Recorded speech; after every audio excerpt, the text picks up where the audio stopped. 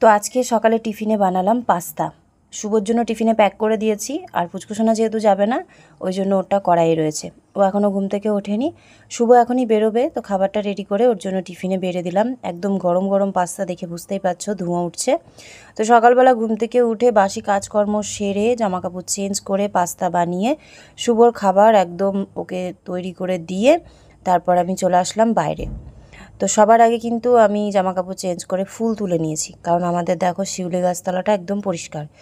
তো যেহেতু আমি প্রত্যেক দিন জামাকাপড় চেঞ্জ করেই ফুলগুলো তুলি, তো সেই জন্য আজকেও ঠিক জামাকাপড় চেঞ্জ করে ফুলগুলো তুলে তারপরে সকালবেলা এখন আর কোনো কাজ নেই, মানে এত তাড়াতাড়ি উঠেছি যে কাজকর্ম সব কিছু কমপ্লিট। এবার একটু বেলা হলে পরে তারপরে আমি স্নান করে পুজো দিয়ে রান্নাটা সেরে নেব। আর দুদিন ধরে আমাদের এখানকার বাইরের ওয়েদারটা যেহেতু খুব মেঘলা ছিল আর বৃষ্টিও হয়েছে, চারদিক একদম ভিজা ছিল। তো দেখো গাছের গোড়ার মাটিগুলো কিন্তু খুব সুন্দর একটা ভিজা নরম ভাব হয়ে আছে। ওই জন্য আমি আজকে ভাবলাম যে না, গাছের নিচে যে মাটিগুলো আছে সেগুলোকে একটু খুঁড়ে দিই, কারণ আমাদের যে বাড়ির জায়গাটা সেই জায়গাটাতে কিন্তু আগে আম গাছ জাম গাছ এইসব ছিল, কিন্তু আমাদেরকে যখন জায়গাটা বিক্রি করেছে তখন ওরা সব গাছগুলো তো কেটে বিক্রি করে দিয়েছে। আর এই মাটির মধ্যে এত মোটা মোটা শিকড়, মানে যখনই খুঁড়ি তখনই খালি মোটা মোটা শিকড়, আর মানে খোঁড়াই যায় না।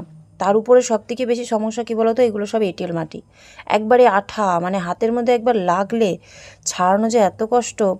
আর এই মাটির মধ্যে গাছ লাগালে সেই গাছ একদম বাড়তেই চায় না, মানে তোমরা ধারণা করতে পারবা না, গাছ মনে হয় 1 বছরও বাড়ে না এইরকম।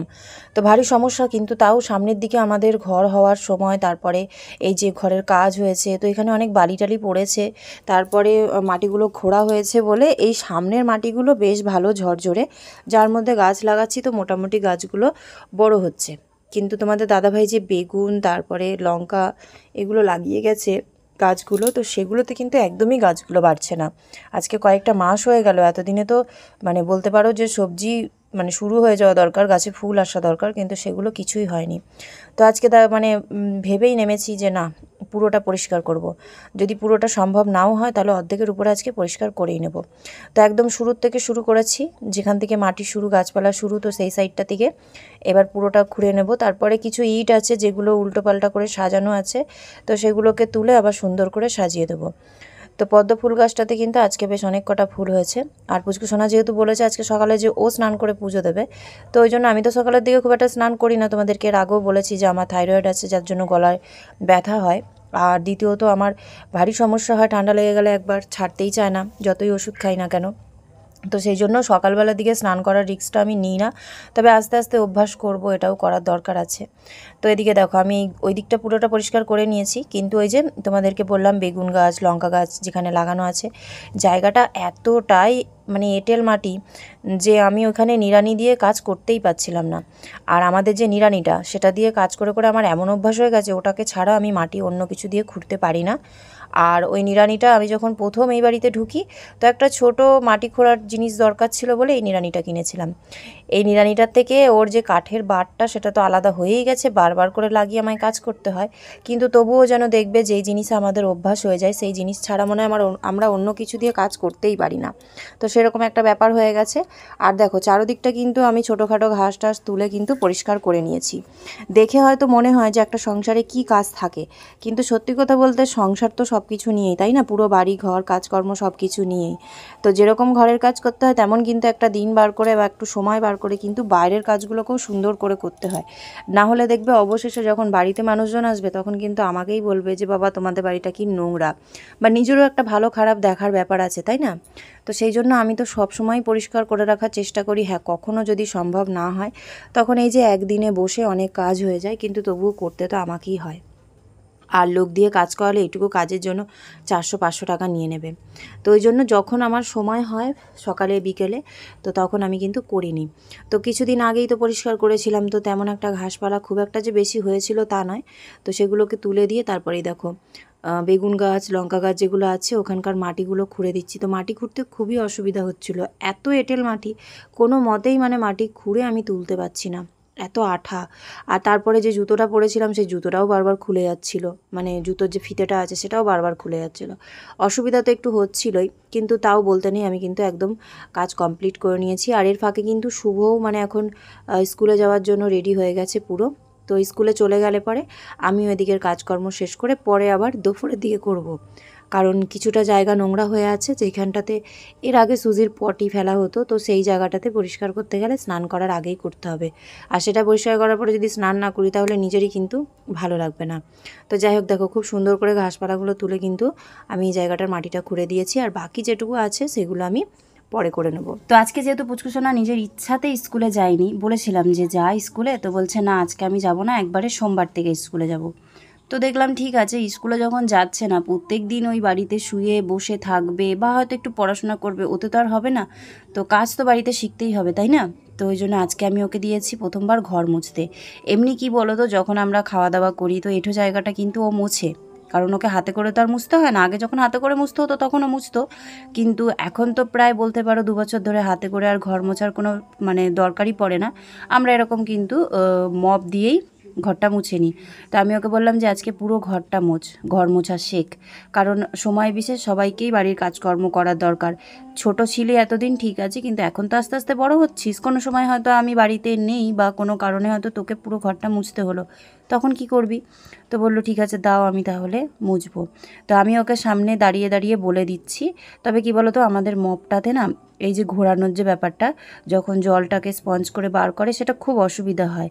আর শুধু আমাদের বলে না, যখন একটু দেখবে পুরনো হয়ে যায় মপ, জলের জায়গা মানে জলের মধ্যে থেকে থেকে না মানে জং পড়ে যায়, তো তারপরে মপ ঘোরাতে একটু অসুবিধা হয়। তো ওটা অসুবিধা হচ্ছিল প্রথমে, কিন্তু তারপরে ভালো করে দেখিয়ে দেওয়ার পরে ও কিন্তু সুন্দর করে ঘরটা মুছে দিয়েছে।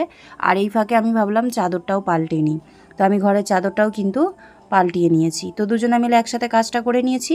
আর বাকি কাজকর্ম তো সকালের দিক থেকে তোমাদের বললামই যে হয়ে গেছিলো, শুধু স্নান করে পুজোটা করাই বাকি ছিল। তাও বলেছিল পুচকুসোনা ওই পুজোটা করে দেবে। তো এখন বাজে 11:15, পাখাটা বন্ধ করে আয়। তো পুচকুসোনাকে বললাম জল আসার আগেই এই ঘরে চলে আসতে, আর ওকে দিয়ে আজকে দুটো কাজ করিয়েছি। এক হচ্ছে ঘর মোছা, তোমাদেরকে দেখালাম, আর একটা হচ্ছে যে গাড়ি পরিষ্কার করা। গাড়িটাকে একদম খুঁটে খুঁটে খুঁটে খুঁটে পরিষ্কার করেছে, রুমাল ভিজিয়ে দিয়েছিলাম। আর আমার এদিকে রান্না হয়ে গেছে। আর আমি তো সব কিছু কাজই অনেকটা সকাল সকাল উঠে যেহেতু করেছি, কাজ আমার মোটামুটি সবই কমপ্লিট হয়ে গেছে। এই যে ভাতটা অর্ধেক ফুটিয়ে বন্ধ করে রেখেছি, অর্ধেক ফুটালে পরে কিন্তু হয়ে যাবে, নামিয়ে দেবো। গ্যাসটা এখন অন করব, 10 মিনিট হয়ে গেল বন্ধ করে রেখেছি। আর জলও চলে আসবে, পুচকুসোনাকে বললাম এসে স্নান কর। আর ওদিক থেকে আমার শ্বশুরবাড়ির থেকে আমার ভাসুরের ছেলেটা আসবে, মানে ও অনেক দিন ধরেই আমাদের এখানে আসতো দেখা করতে। তো ওর কিছু পরীক্ষা চলছে, তো সেই জন্য সময় পাচ্ছিল না, তো আজকে আসছে। আর বাইক নিয়ে আসছে যেহেতু, তো বললো 11:30টায় বেরোবে, তো এই তো পৌঁছে যাবে, বেশিক্ষণ লাগবে না। তো আমার শ্বশুরবাড়ি হচ্ছে জামালপুরের ওখানে, পূর্ব বর্ধমান জামালপুর যেটা, সেইখানে। তো মোটামুটি আধ ঘন্টার মধ্যে চলে আসবে, যেহেতু খুব ভালো বাইক চালায়। আর একদম মেন রোড দিয়ে আসছে, তো সেখানে তো কোনো সমস্যা নেই, অলিগলি দিয়ে আসলে সময়টা বেশি লাগে। তো আসুক, দেখি। আমার তো ইচ্ছা আছে শুভর সাথে যেন দেখা করে যায় আর খাওয়া দাওয়া করে যায়। তো ওকে কিছুক্ষণ আমি আটকে রাখবো, বলবো বিকালেই যেতে, এই দুপুরে আর যেতে হবে না, কারণ ও তেমন একটা আসে না। আর বড় হয়ে গেছে, তো স্বাভাবিক ওরা ওদের মতন ব্যস্ত হয়ে গেছে, বাচ্চাদেরকে পড়ানো, নিজের পড়াশোনা, তারপরে চাকরির জন্য চেষ্টা করছে এখন। তো এইসব জিনিস নিয়ে ব্যস্ত থাকে বলে আর আসতেও পারে না।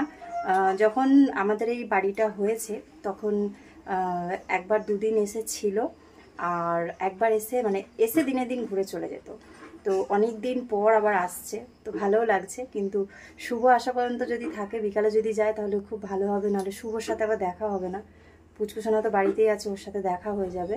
তো আজকে যেহেতু আমার ভাসুরের ছেলে হঠাৎ করেই আসছে, তো আমি তো রান্না সব কিছু করেই ফেলেছিলাম আমাদের মতন করে, যেরকম উচ্ছে আলু কুমড়ো 3 রকম মানে সবজি দিয়ে ভাজা, তারপরে পুচকুসোনার জন্য গোল গোল করে উচ্ছে ভাজা, ওর যে গায়ে ইনফেকশনগুলো হয়েছে তার জন্য একটু তেতো টেতো খাওয়াচ্ছি, এখানে বেগুন ভাজা। তো আমাদের 3 জনের মতন করে করেছিলাম, এখানে সুজির চিকেন ভাত করে নিয়েছিলাম।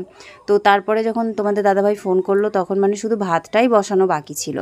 তো তা আমি বললাম যে ঠিক আছে ওরা আসুক, তারপরে দেখা যাবে আজকে দিন মানে দুপুরবেলায় এসেই যে দুপুরবেলায় আমি ওদেরকে খাইয়ে পাঠিয়ে দেবো। ওদের বলতে কি বলো তো, আমার ভাসুরের ছেলে মেয়ে দুজনে এসেছিলো। আমি মনে মনে ভাবছিলাম যে বাইকে করে আসছে যখন, তখন যদি দুই ভাই বোন আসে খুব ভালো হবে জানো তো। কিন্তু যাই হোক, দেখবে আমাদের মনের মধ্যে না মানে কিছু ঘটলে পরে সেটার কিন্তু আভাস আমরা আগেই পেয়ে যাই, বা আমরা যেটা চাই সেটা কিন্তু হবে, সেটা আমরা কিন্তু বুঝতে পেরে যাই, তাই না? তো পুচকুসোনা দেখো এই রুমালটা দিয়েই কিন্তু গাড়িটা পরিষ্কার করেছিল, তো এটাকে ভালো করে ধুয়ে তারপর আমি এখন ম্যাশিংয়ে দিয়ে দেবো। তো এই রুমালটা দিয়ে আমাদের গাড়ি মোছা হয়, মানে গাড়ি মোছার জন্য একটা পার্মানেন্ট জিনিস তো রাখার দরকার, তো ওই জন্য কিন্তু এই রুমালটাকেই রাখি। তো ম্যাশিংয়ে দেবো, ম্যাশিংটা অন করবো। আজকে সারাদিনে ম্যাশিং একবারও অন করিনি। তো যা কিছু করেছিলাম তো সেগুলো দিয়েই কিন্তু আমরা দুপুরবেলা খাওয়া দাওয়া করেছি। আমাদের কোনো অসুবিধা হয়নি, কারণ আমরা সবাই একদম সাদা সিম্পল খাবারটাই পছন্দ করি। আর দুপুরবেলা ওরা তো খুব রোদের মধ্যে এসেছিল, ওই জন্য ডাল ভাত ভাজা, তারপরে আমরা সবাই মিলে খাবো বলে আমি একটা করে ডিমের অমলেট করেছিলাম। আমি কিন্তু ডিমের কারি করে দিতে পারতাম বা ডিমের ঝোল করে দিতে পারতাম, কিন্তু সেটা করিনি। কারণটা কি বলো তো, আমার ইচ্ছা ছিল যে শুধু ভাসুরের ছেলে একা আসুক, চাই ওরা দুই ভাই বোন একসাথে আসুক না কেন, আমি ওদেরকে রাত্রিবেলা আজকে যেতেই দেবো না। কারণ ওরা একদমই আসে না, পড়াশোনা পরীক্ষা এইসব নিয়ে ব্যস্ত থাকে। ওই জন্য আমি ভেবেই রেখেছিলাম যেই আসুক না কেন আমি জোর করে আটকে দেবো, পাঠাবো না। তো সেই জন্য যা হবে রাত্রিবেলা হবে। তো দুপুরবেলা মাকেও ফোন করলাম ওরা আসার পরে। আর এদিকে দেখো ওরা তিন ভাই বোন গেল বাজারে, মানে পুচকুসোনা বায়না করছিল যে দিদি আর দাদার সাথে গিয়ে ও আইসক্রিম আনবে। আর আমিও রাত্রিবেলার খাবারের জন্য চিকেন করব ভেবেছিলাম, তো চিকেন আনতে পাঠাতাম। তো ওই জন্য ওরা সন্ধে হওয়ার সাথে সাথেই কিন্তু তিনজনা বেরিয়ে গেল, কারণ শুভর আবার 6:30টার থেকে পড়া আছে। মার্কেট থেকে ঘুরে এসে তারপরে কিন্তু আবার পড়তে যাবে। তো ওদিকে ওরা মার্কেটে গেল আর আমি কিন্তু এদিকে চা বসিয়ে দিলাম। তো আমার ভাসুরের ছেলে, আমি আর আমার মা, আমরা তিনজনা মিলে চা খাবো। তো মাকে হ্যাঁ দুপুরবেলা ফোন করে বললাম যে তোমরাও চলে এসো, অনেক দিন তো আমাদের বাড়িতে কোনো খাওয়া দাওয়া হয় না, খাওয়া দাওয়ার আয়োজন তো তোমাদের বাড়িতেই সব সময় হয়। সেই লাস্ট গণেশ পুজোতে তোমরা সবাই এসেছিলে, খাওয়া দাওয়া করেছিলে, তো এই সুযোগে ভালো হয়েছে এক জায়গায় সবাই মিলে আমরা খাওয়া দাওয়া করব। তো ভাইয়ের যেহেতু আসতে অনেকটা রাত হবে, তো ওই জন্য ভাই বলেছে যে আমি যেতে পারবো না, আমার আশায় থাকবি না, তোরা তোদের মতন করে সবাই মিলে আনন্দ কর, আমি অন্য টাইমে যাব। তো সেই জন্য সন্ধ্যের দিক থেকেই মানে বলতে পারো এক প্রকার রান্নার সব ব্যবস্থা করা হচ্ছিল। মাও চলে এসেছে, তো চাটা খাওয়ার পরে কিন্তু রাতের খাবার দাবারের সব কিছু ব্যবস্থা করা হবে। আর হ্যাঁ, আমার শ্বশুরবাড়ি যেহেতু মানে বলতে পারো একদমই গ্রাম সাইডে, সেখানে চাষবাস সব কিছু আছে। আর আমার শ্বশুরমশাই কিন্তু অনেক জায়গা জমি আছে, যার মধ্যে চাষ করে আমার মেজো ভাসুর কিন্তু এখানেই সংসার চালায়, ছেলে মেয়েকে মানুষ করে, সব কিছু করে। তো আমাদের জমিতে যা কিছু আমার মেজো ভাসুর চাষ করেছে, মানে তোমরা যেই মানে ছেলে মেয়েগুলোকে দেখছো আমার মেজো ভাসুরের ছেলে মেয়ে। আর ওরা তো খুব একটা আসেই না, একদমই আসে না বলতে গেলে, আমি ব্লগে সেরকম একটা দেখাইনি কোনো দিন। তো আজকে তোমাদেরকে দেখাবো, কারণ এই ভিডিওতেই আমার ইচ্ছা আছে যে ওদেরকে দেখাবো। আর যদি দেখাতে না পারি সম্পূর্ণ, তাহলে কিন্তু নেক্সট ভিডিওতে তোমরা অবশ্যই দেখতে পারবে। তো জমিতে আমার ভাসুর যা যা চাষ করেছে সব কিছুই কিন্তু পাঠিয়েছে, মানে দাদা বেশিরভাগই দাইহাটের দিকে আসলে বা ছেলে মেয়েকে পাঠালে আমাদের জন্য কিন্তু কিছু না কিছু পাঠায়, আর আমরাও বাড়িতে গেলে কিন্তু আমাদেরকে কিছু না কিছু দিয়েই পাঠায়। তো যাই হোক, কী কী সবজি দিয়েছে তোমাদেরকে আমি একবার আলাদা করে পরে দেখাবো, ঝুড়ির মধ্যে ঢেলে রেখেছিলাম ওরা আসার পরেই। তো সেটা আর এই ভিডিওতে দেখানো হবে কি না জানি না, তবে নেক্সট ভিডিওতে তোমাদেরকে আমি দেখাবো। আর মাকে চা দিলাম, আমার ভাসুরের ছেলেকে চা দিলাম, আর আমিও চা নিয়ে নিলাম। খেতে খেতে এই যে কী কী রান্না হবে, তারপরে আরও সব কথাবার্তা হচ্ছিল, বুঝতেই পারো সবাই এক জায়গায় হলে যা হয়। আর আমার ভাসুরের ছেলেটা মানে শুভর মতন অতটাও লাজুকে নয়, কিন্তু তবুও কী বলতো, না বলে ভিডিওতে মানে আনা সেটা একটা কেমন দেখায় না, যেহেতু ওরা কখনো অন ক্যামেরা আসে না, আর এগুলো তো বুঝতেই পারছো পাবলিক হবে। তো যাই হোক, তারপরে পুচকুসোনা, শুভ আর আমার ভাসুরের মেয়ে ওরা কিন্তু তিন ভাই বোন চলে এসেছে। আমি বলেছিলাম সবার জন্য সিঙ্গারা আনতে, সিঙ্গারা নিয়ে এসছে, আইসক্রিম নিয়ে এসছে, চিপস নিয়ে এসছে, আর তার সাথে চিকেনও নিয়ে এসছে। তো ওরা ওদের মতন একটু ঘুরেও আসলো আর জিনিসগুলোকে নিয়েও আসলো। তো এদিকে চা খাওয়া হয়ে গেছে, আমাদের সব কিছু কেটে আমরা রেডি করে নিয়ে মা আবার এদিকে রান্না বসিয়ে দিয়েছে। মা যেখানে আছে সেখানে মায়ের হাতের রান্না খাওয়া হবে না এমন তো হতেই পারে না। তো কেটে বেটে দিয়েছি, মা এদিকে রান্নাও বসিয়ে দিয়েছে, ডাল হয়ে গেছে টমেটো দিয়ে, এখানে চিকেনের জন্য পেঁয়াজ কাটা হয়ে গেছে, আর রাত্রিবেলা হবে পটল ভাজা আর ডাল ভাত চিকেন। তো সব কিছু কেটে টেটে আমরা রেডি করে তারপরে মা ধীরে সুস্থে রান্না করছে, আর আমরা সবাই মিলে এক জায়গায় গল্প করছি। তো এরকম করতে করতেই কিন্তু অনেকটা টাইম পেরিয়ে গেছিলো, আমরা প্রায় 10টার দিকে খাওয়া দাওয়া করেছিলাম, বাবাও চলে এসেছিলো। আর এখানে 2 কেজি চিকেন আনা হয়েছিল, যে কার কতটা মানে খাওয়ার পরিমাণটা আমরা তো অতটা বুঝি না, কম বেশি হতেই পারে। তাই আমি বললাম 1 কেজি চিকেন আনার দরকার নেই, বেশি হোক ঠিক আছে। কিন্তু কম যেন না হয়। তো 1 কেজি চিকেন মানে 2 কেজি চিকেন আনা হয়েছে, তার মধ্যে স্টমাক, মেটে, তারপরে বুঝতেই পারছো লেগ পিস টেগ পিস আছে, সব কিছু একটু বড় করে চিকেনটা শুভ কাটিয়ে নিয়ে এসছে। আমাদের শুভ খুব সুন্দর চিকেন মানে কিনে নিয়ে আসতে পারে, ও এই জিনিসটা খুব ভালো শিখেছে। আমার সাথে গিয়ে গিয়ে আবার বলে দিতাম যখন, সেইভাবেই বলতো দোকানদারকে। তো এখন আর ওকে কিছু বলে দিতে হয় না, খুব সুন্দরভাবে চিকেন নিয়ে আসে। আর এখান থেকে আমাদের সুজিরও হয়ে যাবে, সলিড পিসগুলো রেখে দেবো।